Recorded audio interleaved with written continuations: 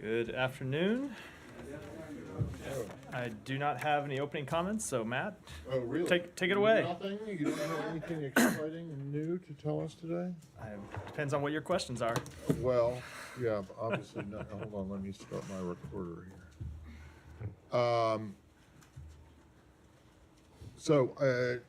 I know a lot of people want to talk about Gaza, but I have something else that I just need to get off at the top. The Russia sanctions package that the White House President Kirby, everyone has said is coming on Friday. What can you tell us about what that is? Is it related to the 2-year anniversary? Is it related to Navalny's death? What is it? What is it? So I don't want to speak in detail about announcements that will be coming 2 days from now, but the, excuse me, I've got a bit of a lingering cough from this cold I've had. The sanctions that we'll be announcing on Friday will be in connection both to the 2-year anniversary of the full-scale invasion of Ukraine and to Navalny's death. Okay, and you know, Russia is one of, along with Iran and North Korea, is already one of the most heavily sanctioned countries by the United States and others on the planet. Where would you expect these sanctions to target? I don't want to preview too much of what we're going to do on Friday, but it will be a robust sanctions package. We are always looking at additional ways that we can choke off the Russian war machine, that we can deny the Russian military-industrial complex components that it needs to use to fund its war effort, as well as to hold accountable those involved in it. So without getting into too much detail, like as I said 2 days before the announcement, you should expect them to follow the general direction of our past sanctions, as well as some sanctions specifically related to the death of Alexei Navalny. Right, but when you say that it's going to be robust, I go back to a line from Spinal Tap, right? How much more robust can they be? Yeah, aren't they already pretty robust? You guys exact,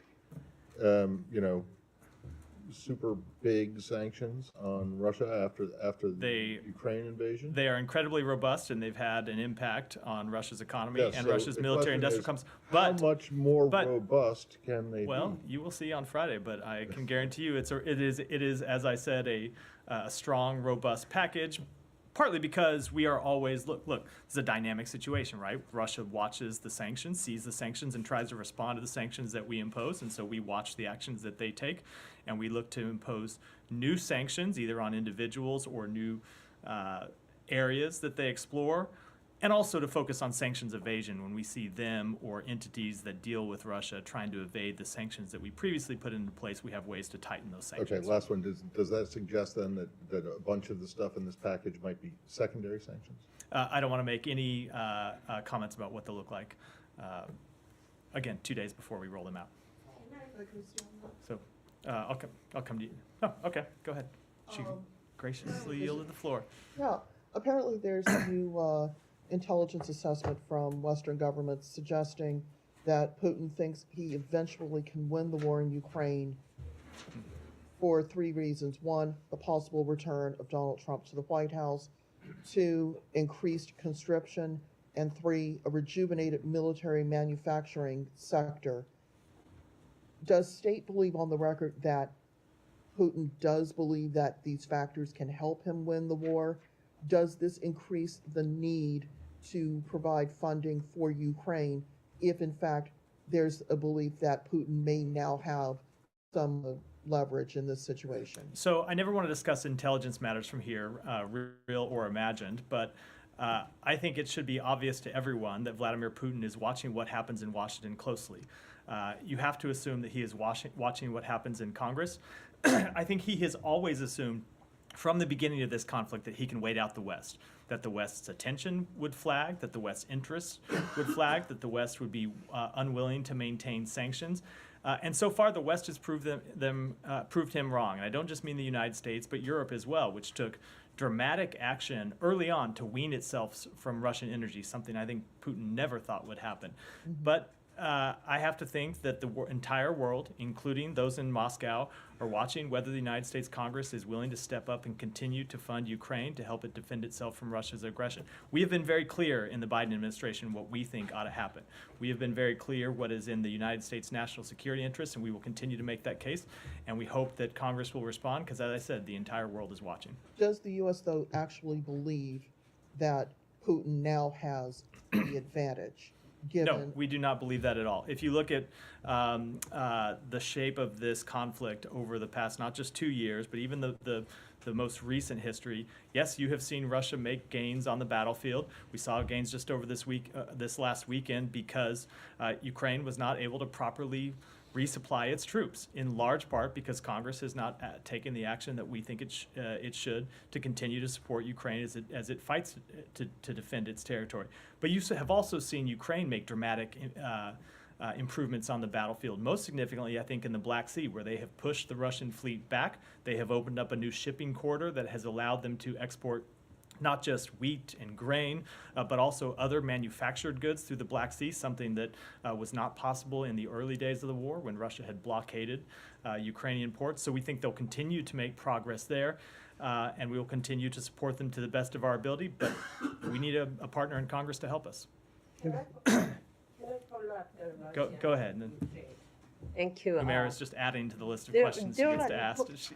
There Go ahead. Yeah, Sorry. there are reports that the North Korean missiles that Russia recently used, recently used against Ukraine contained the U.S. and the European components. How many times has Russia used North Korean missiles against Ukraine? So I'm not going to speak to that in detail. We will continue to use all of our relevant tools, export control, sanctions, interdiction, and law enforcement actions to prevent the DPRK from acquiring sensitive items and technology that it can use in its unlawful weapons of mass destruction and ballistic missile programs, and that includes preventing Russia from acquiring weapons and other sensitive items, including components from North Korea or from anywhere else. One more quick question. North Korean Kim Jong-un and Putin's relative with the luxury cars. Russian President Putin gave Kim Jong-un a luxury car as a gift.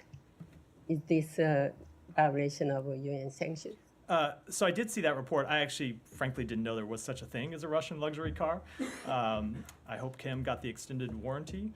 I would note that the I just look when it comes Even if to he didn't, when I it, bet he can still expect the spam cell phone calls Yeah. from the warranty department. I bet that's right. I'm not sure if I were buying a luxury car, Russia would be the place I would look, even if it wasn't with respect to sanctions. But UN Security Council resolutions do require all UN member states to prohibit both the supply of transportation vehicles and the supply of luxury automobiles to the DPRK. And if this is true, it would appear to be, once again, Russia violating UN Security Council resolutions that it itself supported. Humera. Thank you. Thank you, Matt. I just want to ask you Excuse me. a couple of comments that Benny Gantz just made about an hour ago. He said there were promising early signs of progress on a new deal for the hostages. I'm just wondering what's the latest that you guys are hearing and whether you're picking up the same promising early signs of progress. I don't want to discuss those discussions, those negotiations in detail, and I don't want to offer any assessments beyond what we have said previously, which is we do think that there is space to reach an agreement here. We are going to continue to stay engaged in this matter with everything that we can bring to bear on behalf of the United States to work with Israel, to work with Egypt, to work with Qatar, because we want to see the hostages released. We want to see a pause in the fighting, so that's what we'll continue to pursue. Okay, he's also saying that if no new deal were struck, the Israeli military would keep fighting in Gaza even into the Muslim holy month of Ramadan. I'm just wondering if that would be something the United States would be supporting. So I think I got a version of this question yesterday. I don't have anything new to add. We want to see a deal struck. Right. So I'm not going to get into what might happen if we don't get an agreement, but we want to see an agreement reached. We want to see it reached as soon as possible. That would include, of course, before Ramadan. It could be even earlier than that. So that's what we're going to continue to pursue. Right. But I think you guys have made it a bit of a red line. I mean, if I guess one can call it that. The need for a humanitarian plan on top of obviously a military strategy before Israel goes into Rafah. So I think what I'm trying to get at is whether fighting continuing in Ramadan, Israeli offensive starting or continuing into Ramadan, whether that's a similar red line or not. I just don't want to speak to where we'll be in 2 weeks because I think it's impossible to say.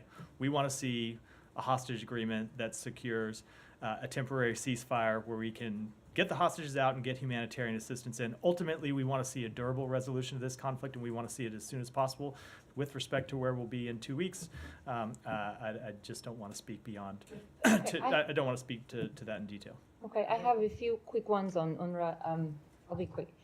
And take your time. You got interrupted a few times, so go ahead and cite attempting to interrupt you again. And now I interrupted you. Sorry. Go ahead. Go ahead, Humaira. Have you asked other UN agencies, like your funding is stopped for now, and you know there's legislation that has not yet passed within supplemental that might bar you completely from resuming that funding, but that legislation is not on the House floor yet. So I guess I'm wondering what you guys are doing in the meantime. Have you asked other UN agencies to pick up the slack? And exactly what did you ask them to do? Like, are there UNRWA workers on the ground right now actually working for other UN agencies who are doing the distribution of aid? We have been in conversations both with the United Nations and with other countries around the world about how to make sure that the important work that UNRWA does is not interrupted. We want to ensure that humanitarian assistance continues to flow to the Palestinian people. Right now, UNRWA is the key facilitator of humanitarian assistance in Gaza, and we don't want to see that humanitarian assistance disrupted in any way. At the same time, we are obviously cognizant of the draft legislation and the provision that it contains. It's not law, as you said, but we have to plan for all possibilities, including the possibility that it becomes law. So we're looking at all the options that may be available to us, but I don't want to discuss that in detail. It's internal planning that continues to go on inside the government. Final thing is there is reporting in DEVEX which says that you have actually asked other UN relief agencies to pick up the slack, but Secretary General Antonio Guterres have urged the heads of those agencies to basically rebuff your plea. I mean, I'm not going to confirm that or... report at all. Sorry. Can I just very briefly follow up Yeah. on one thing? I'm guessing you may not have a lot to say about this, but following on Humaira's question, Brett McGurk, of course, is in the region. I know he works in a different building, but do you have any? But do you have anything you could say more generally about what he's about the tone of what he's doing? No, I will leave it to the White House to speak in detail to Brett's work and what he's trying to accomplish on the trip. But I think, look, you have seen from the administration broadly what our goals are with respect to the conflict right now. Our immediate goal is to try to achieve a deal that brings about a ceasefire in the fighting, a temporary ceasefire in the fighting, allows us to get hostages out and allows us to get humanitarian assistance in, and kind of would help with some of the bottlenecks that have begun to pop up inside Gaza that are preventing humanitarian assistance actually getting out to the people that need it, because there's fighting on the ground and looting and other obstacles. So we are trying to achieve all those things, and that, of course, is Brett McGurk, it's the Secretary, it's the President himself that are focused on that issue. Said, go ahead. Thank you. To follow up on Thank you for being Humaira's sort of point, patient. Sorry? Thank you for being somewhat patient. Oh, no, I did not mean to interrupt. It's fine. So apologies. I feel like a schoolmarm if I up was here. deceived. I feel like a schoolmarm scolding people unnecessarily. Just to follow up on Humaira's. Yeah, I don't know. Is Wow. that's a Texas coming up. little bit of archaic term, yeah. All right. Okay. So just to follow up on her point, you said that you're hoping that a deal will be struck. What if it doesn't get struck? I mean, we have been there before. There were these artificial deadlines and calendars, and a week here, and the end of October, then the end of November, then, December, the end of the year, and all these things. I mean, to be honest, Palestinians and Israelis fought in Ramadan many, many times, and they were struck. So, what if a deal is not struck? What is your vision on how this thing will end? So I'm not going to deal with a hypothetical, as I think you know. I will tell you, though, I think it's a fair question about where we want to see this conflict go. In the short term, we want to see, as I said in response to several other questions, a temporary ceasefire that allows us to get the hostages out, bring more humanitarian assistance in. But we have also been very clear, and if you've looked at the Secretary's many public comments on this, he's been not just clear but quite detailed in what we want to see in the long term. And what we want to see in the long term is a durable agreement that brings about peace and security for both Israel and Palestinians through the establishment of an independent Palestinian state with real security guarantees for Israel further integrated into the region. That is our long-term vision, and that is what the Secretary has been focused on through his diplomatic engagements in the region, and it is what we will continue to pursue. Now, the first step in that is getting an agreement to get the hostages out while we work on this longer-term plan for the region. Well, yeah, I'm sorry, I have a couple more points. But, in the meantime, people can't get food. I mean, kids, children,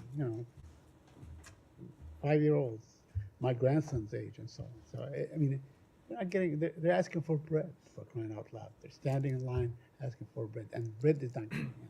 So you keep saying about things like the need for things to go in, but it's not going in, man. So the humanitarian situation in Gaza continues to be extremely difficult, dire for many people, which is why we continue to focus all of the efforts of the United States to improve that situation. When it comes to bread, the United States has funded flour that would feed 1.5 Palestinians for 5 months. A lot more than 1.5. 1.5 million Palestinians for 5 months. If it was only 1.5 Palestinians, Fair, that obviously a would be, misspeak. 1.5 million Palestinians for 5 months. We have worked to not just fund humanitarian assistance, but get it into Gaza and continue to stay engaged on that every day, not just on the big picture issues, but on very minor logistical issues that have a big impact, things that seem minor but that have a big impact in getting in. Is enough food and water and other humanitarian assistance getting in? Absolutely not, which is why we continue to stay engaged to improve the situation every day. You talk about the Palestinian state, although we've heard statements that are really emphatic by the Prime Minister of Israel saying no, under no circumstances whatsoever, and so on. I just want to read you what a member of his cabinet, from the Likud, as a matter of fact, May Golan of the Likud, during a Knesset hearing about the motion to expel MK Ofer Kassif, she said, quote, "I am personally proud of the ruins of Gaza, and that every baby, even 80 years from now, will tell their grandchildren what the Jews did," unquote. I mean, this is this is not someone extreme. It's not Smotrich. It's not Ben Gvir. This is in Prime Minister Benjamin Netanyahu's party. Saeed, I would encourage you to take a close look at the comments the Secretary made in Tel Aviv at a press conference 2 weeks ago, where he talked specifically about the effects of dehumanizing language and why it's important that no one on either side of this conflict dehumanize anyone else. That will continue to be our position. It will continue to be what we pursue, because as the Secretary has spoken, we care about the lives not just of Israelis, but of Palestinians, Palestinian men and women and children, and we grieve for all of those who have been killed, all of those who have been injured, and it's what animates our work to try to bring a durable end to this conflict. Does that go for Congressman Ogles as well? I'm sorry, what? Does that go for Congressman Ogles as well? I don't know what comment you're He referring made to. a comment in response to a protester up on the Hill about the deaths of Palestinian children, and I'm slightly paraphrasing, well, they should kill all of them. So I haven't seen his comments. It's the first I've heard of him, and with a slight paraphrase, I'm reluctant to, without seeing the comment, reluctant to react. And we typically don't respond to comments made on the Hill, but obviously we would urge anyone, whether in the United States or abroad, to avoid dehumanizing language and dehumanizing sentiments. Matthew, the majority of the Israeli Knesset has voted today against the unilateral recognition of Palestinian statehood. How do you view this? So I, again, will only continue to speak for the United States and what we are trying to pursue. And we are trying to pursue the establishment of an independent Palestinian state. We are focusing our diplomatic efforts on that, not just because we think, and again, You've heard the Secretary speak to this a number of times, not just because we think it's in the interest of the Palestinian people, but because we think it is in Israel's short, medium, and long-term security interests as well. But if the government and the Knesset in Israel don't want the establishment of a Palestinian state, Again, you have heard the Secretary speak to this, that what we will do is continue to lay out what we think the best choice for the government of Israel to make and the best choice for the Israeli people to make. Ultimately, Israel will have to make its own decisions, as every sovereign country does. We will present to them the ideas and plans that we are developing with our partners in the region, the commitments that other countries are willing to make to Israel's security, and every country will have to make its decisions about how it's going to proceed. Max, go ahead. Thank you, Matt. A few questions here, please bear with me. Going back to your line of question with Matt on sanctions, the EU today agreed on its 13th package of sanctions with some 2,000 listings in total. Could it be a good template for you on Friday? I would want to just say, everyone just wait for 2 days and you'll see all the sanctions that we're going to impose. Obviously, we work closely with the EU and countries around the world on various sanctions packages, and we're glad to see the EU take the steps that it did, but you should just watch and look at our sanctions when we roll them out on Friday. And my colleague made a point about North Korea. Early in January, you guys announced the provision of ballistic missiles from North Korea to Russia. 7 weeks passed. Neither Russia nor North Korea have faced any consequences.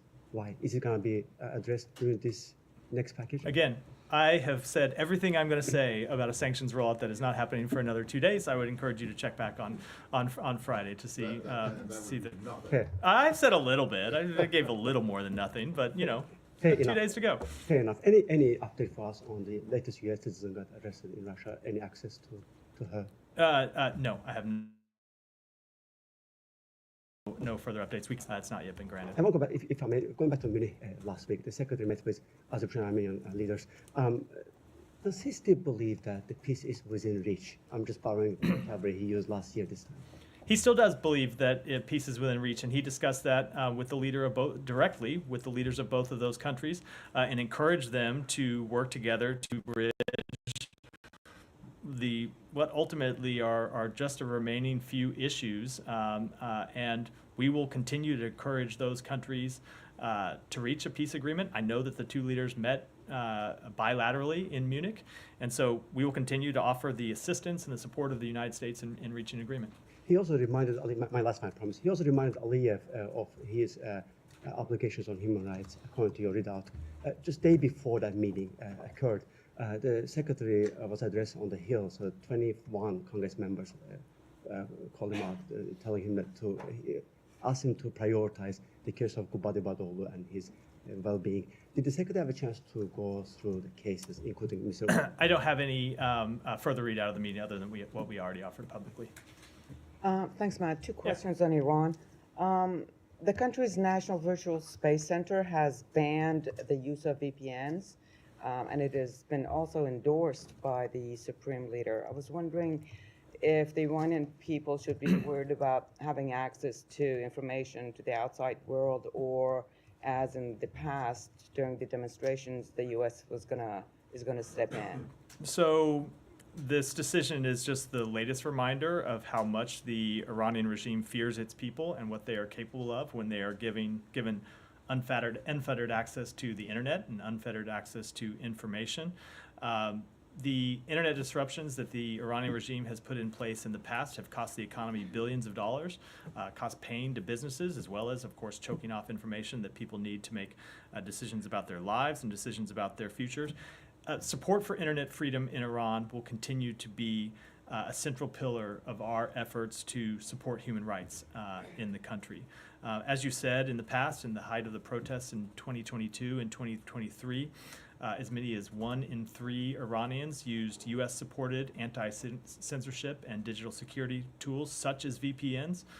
There are millions of Iranians that have continued to use those tools to this day. So I'm not going to speak to what actions that we will take in the future, but as I said, upholding internet freedom and ensuring Iranians, citizens access to the internet will continue to be a central pillar of our engagement in that country.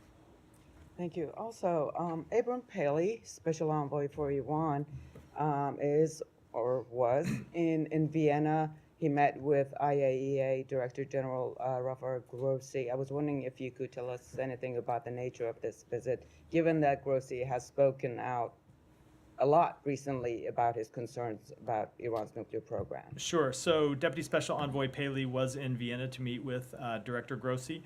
He reiterated the United States' appreciation for the IAEA's extensive efforts to engage Iran on longstanding questions related to Iran's safeguards obligations. Iran's cooperation remains severely lacking. We remain seriously concerned about Iran's continued expansion of its nuclear program in ways that have no credible civilian purpose, including its continued production of highly enriched uranium, and that was the focus of the discussions today. Any discussions, any solution to gaining access to Iran's nuclear program by the IAEA? I don't want to give any further comments about that meeting, other than to say that they did discuss how Iran should fully uphold its safeguards obligations and provide full cooperation to the IAEA without further delay. Thank you. Yeah, go ahead. Can I ask a few different issues around the world? Yeah. Senegal. I know the secretary spoke not so long ago with President Sall about the election. There was a court decision called in for a new date, but it hasn't been set yet. Do you have any update on U.S. engagement there and the U.S. stance about what's happening now? So we continue to stay engaged with the government in Senegal. I don't have any specific engagements to read out, but we have stayed in close coordination with them, and I'll just say that we want to see the election take place as soon as practicable. Sure. Elsewhere in Africa, there's an agreement signed today between Somalia and Turkey on a naval upgrade or a coastal upgrade. It's obviously bilateral, but this is in the context of Ethiopia and Somaliland having a pact. Does the U.S. have any stance on Turkey's involvement? Let me take that one back and get you an answer on it. And one other thing, Pakistan. Yeah. I know you've been saying in recent weeks that you're not going to comment until a government is formed, but there's a coalition that actually is being formed between two of the major factions without Imran Khan's enforcement. Is there an idea that this is a representative government? How does the U.S. feel about this? Look, again, I don't want to comment on the government before it's formed. Ultimately, as is the case whenever you see coalition politics taking place inside any given country, it's a decision for that country itself, not something that we would weigh in on. Sure. And in terms of, in the past, you've talked about allegations of fraud, of rigging. Is there any follow-up on that? Is the U.S. looking for anything particular before a government comes in? We want to see a full investigation into any claims of irregularities. Okay. And just finally, yesterday I asked about the disruptions in social media in Pakistan. Is there anything further on that, whether there's been any communication? So we are concerned by any report of restrictions on the exercise of the freedom of expression and association in Pakistan, including the partial or complete government-imposed internet shutdowns, which includes, of course, on social media platforms. We continue to call on Pakistan to respect freedom of expression and restore access to any social media that has been restricted, including Twitter, I think now known as X. We have and will continue to emphasize the importance of respecting these fundamental freedoms during our engagements with Pakistani officials. Sure. And just finally, has that been communicated through official channels? It has been, yeah. Go ahead, right here. The Foreign Policy magazine, in a recent report titled "The Taliban Wants a Piece of Pakistan," reveals that the Taliban engaging to border tension with Pakistan through the supporting TTP, while the Taliban publicly refused the. Well, I'm sorry. What was this? I just didn't hear the beginning of the last sentence. Oh, sorry. It's about a foreign policy report that they titled "The Taliban Wants a Piece of Pakistan." Right. And while the Taliban publicly refused the Durand line as the official border between Pakistan and Afghanistan, what's the position of United States about the Durand line? We support the territorial integrity of both Afghanistan and Pakistan within their internationally recognized borders. Another question about Afghan Adjustment Act that was not passed by the Congress recently. While there are some reports that United States Department of State is going to run out of the SIV P1 and P2 quotas.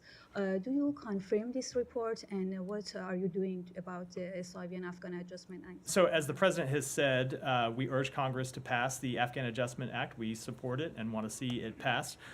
When it comes to special immigrant visas, I would just note that in the last fiscal year, 2023, the government issued more than 18,000 special immigrant visas to Afghan applicants outside the U.S. That was the most in any single year. So go ahead. On Pakistan, down thank you. Pakistan Ambassador Masood Khan here in DC yesterday said that Pakistan is pleading with the Congress, with the US Congress, to help restore the US military aid that was suspended in 2018 by the Trump administration. Is the US considering restoring the program given that Pakistan is a major NATO ally in the region? I just don't have any comment on that. Go ahead. Thank you, Matt. A question on the Kurdistan region parliamentary election, which was expected to be held in October 2022, but due to the disputes, political disputes, they delayed. And last year, the Iraqi top court ruled against the self-extension of that parliament, which the region has no parliament now. And today, the Iraqi top court ruled against the Kurdistan regional parliament minority seats. Any reaction and comment on that? And have you ever engaged with Erbil and Baghdad on that issue? So we have seen the reports that the court issued rulings today related to the Iraqi Kurdistan parliament elections and other issues concerning relations between the Kurdistan regional government and the Iraqi federal government. We are still reviewing the full scope of the decision. As a matter of longstanding U.S. policy, we support holding parliamentary elections in the Iraqi Kurdistan region at the earliest opportunity. And as we do everywhere, we encourage those elections to be free, fair, and transparent. And one more question on Iraq. We know the situation in Iraq has been cooled down, and the militia group is not attacking you as they did before.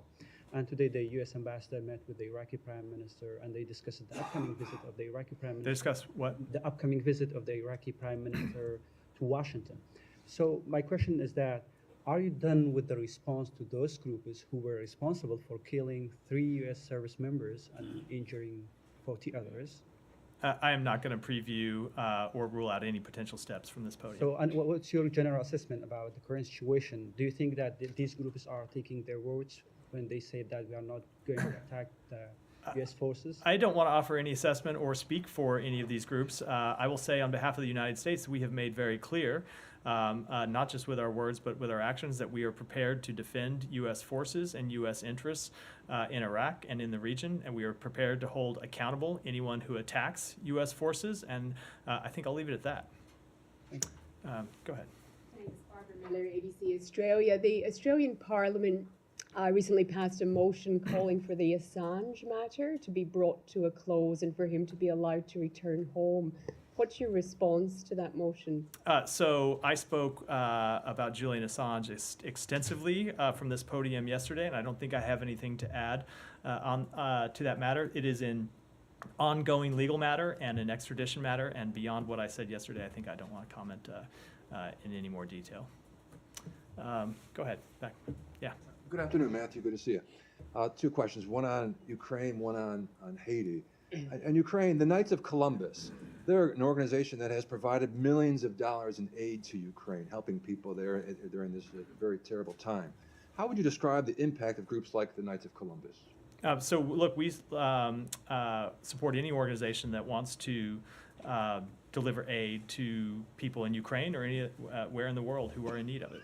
And then on Haiti, where of course we all know there's been terrible violence. The other day, Catholic Bishop Pierre-Andre Dumas was hurt in an explosion at a house. He's in a stable condition, reportedly. Recently, 6 Haitian religious sisters were recently abducted and then released. What's the State Department's reaction to those incidents?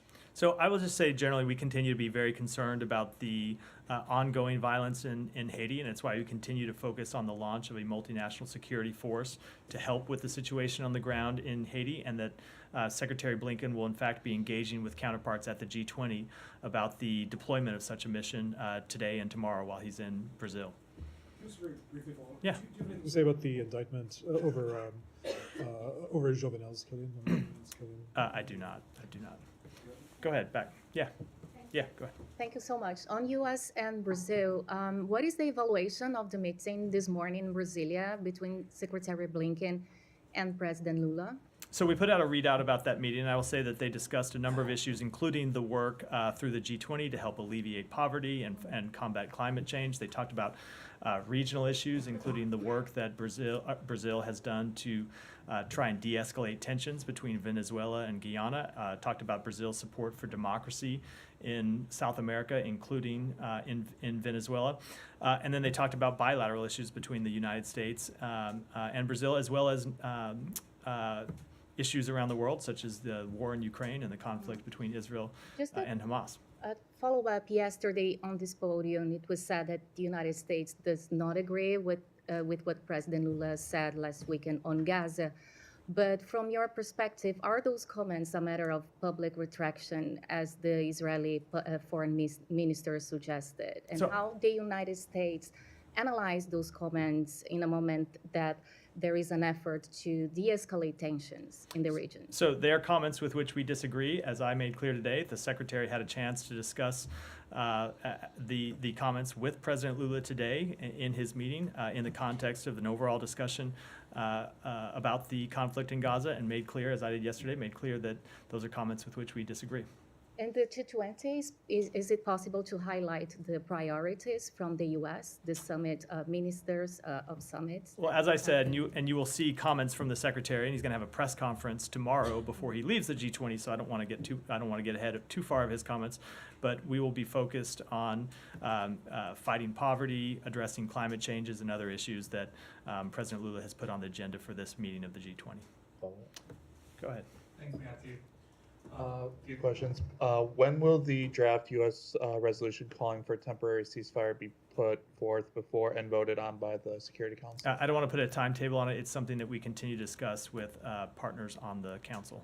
And the administration supports Israel's goal to annihilate Hamas, yet the support does not seem unconditional, as the administration opposes any further Israeli military operation in Rafah. How do you square the two? If Israel's goal of annihilating Hamas requires going into Rafah, why would that not be supported by the U.S.? We support Israel's goal to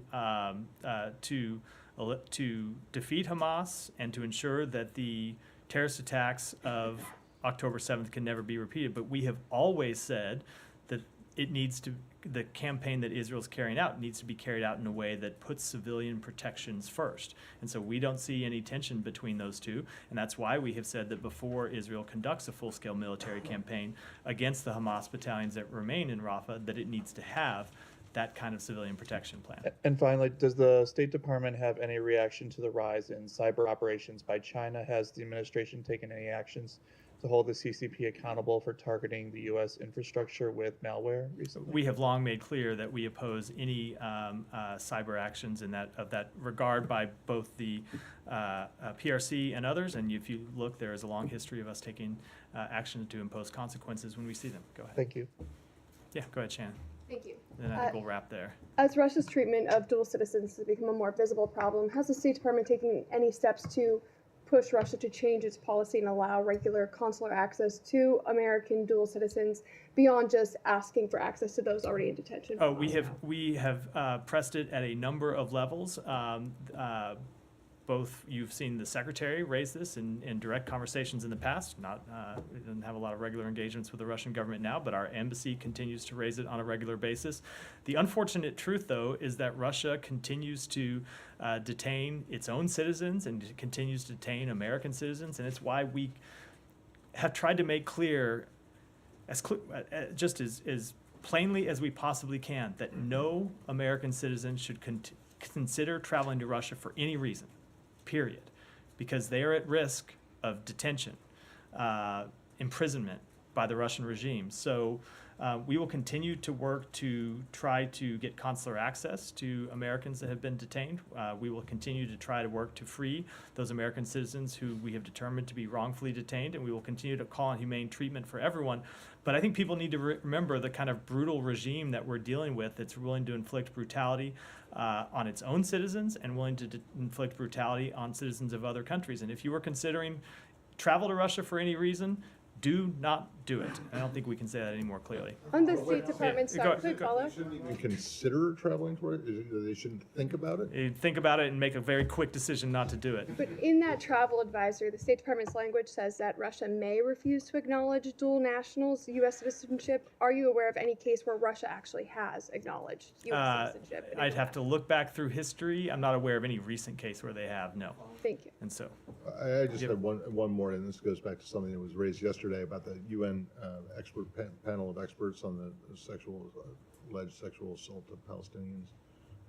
You said that you were looking for independent confirmation or an investigation into that. Has that gone anywhere? we have reached out to the United Nations, a specific United Nations agency for more information about this report, and we have reached out to the government of Israel to encourage that it be investigated. My understanding, reading Israel's public comments, they have said they have not been presented with specific factual cases that they can investigate. I know that they've also rejected, but they've said they haven't seen any specific factual evidence. So we're asking the UN for more information, and we're urging Israel to fully investigate it. Okay, so in other words, it's still up in the air. Correct. From your point of view. Yeah. Okay. Yeah. Okay, thanks. That's it for today. Thanks, everyone. Thank you.